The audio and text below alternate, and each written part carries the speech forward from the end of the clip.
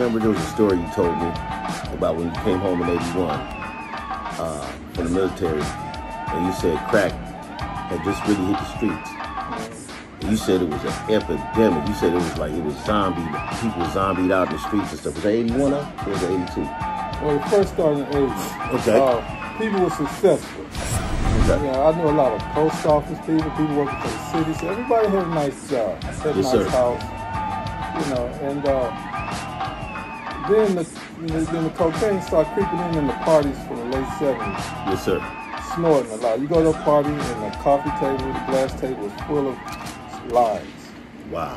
And what people were saying was, this ain't number nose candy. You can't get hooked on this. This ain't like heroin. But people didn't get hooked on it, but when they turned it into that smoking form. No. Even then, people start getting very shady. You know, you say, Okay. He's not as successful. He didn't just break loose. And then when they start freebasing, early 80s, that's when it broke loose. Freebase. Now, what was the freebase? Because we always hear this terminology, but when you made your own rock. It took you about 5 minutes to make a little rock. Okay. So you had to boil it, you had to gel it, you had to let it dry. Right. So people were doing their own freebasing. Right.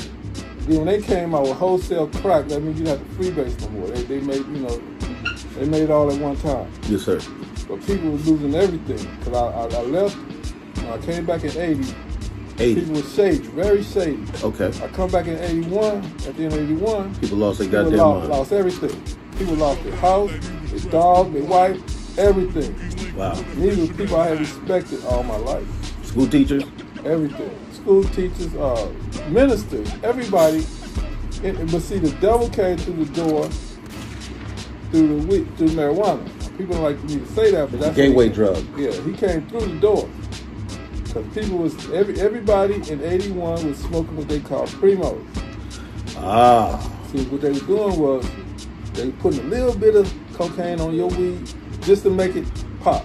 Okay. People were saying they was calling it lovely.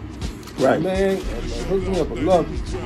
Right. They were smoking on that. And everybody, so what the devil did was he said, I can't get all of these. It'll become an epidemic. Okay. So he said, I'm going to get half of them and let the other half go. So what he did was, everybody who smoked marijuana at that time would make a primo. They can't lie to me and say, no, I wasn't doing it. I lived through the history. Right. I came home. I was looking from the outside in. Right. I came home and looking at it. You know, everybody who was in the mix couldn't see the mix. Right. So I sit there and watch them. They say, oh, you need to try this. No, I'm in the Army. I take piss tests. I can't take it. Right. So I can stand there and watch. And, who was the major peddlers of crack? Was it gangs at the time? Were they using the gangs to funnel a lot of this? No, the gangs never get a hold. Certain independent dealers, people like Rick Ralston, they was people who can work a business. Right. Everybody can work a business. Right. It was like any other business. But it was a business where people was compelled. Right. That's like if you sold water. Right. And if all water was for sale, you'll always find clients for your water. Right. Right. So the business people came, and then the Colombians started pushing it for them, saying, I see you selling a kilo a day. What if I give you 50? Right? You know, can you drop this 50? Wow. Right? So people start coming up with money where you had to have a money house to count your money.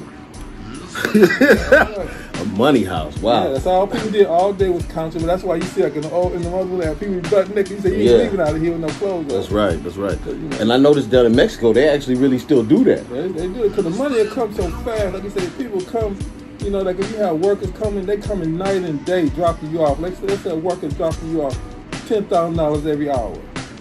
And you got 20 workers. That money starts stacking up like this.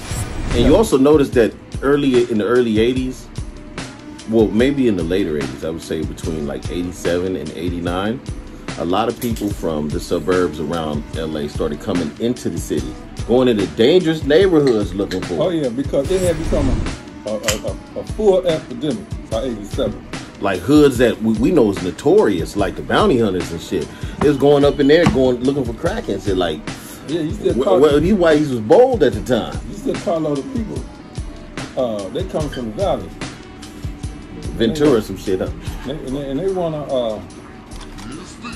partake in the nectar. Now see, like the money was so atrocious that A person get killed in the spot. They'll come and get the body before that blood even dry. Somebody standing in the same spot. What year did it become the worst you saw it? 87.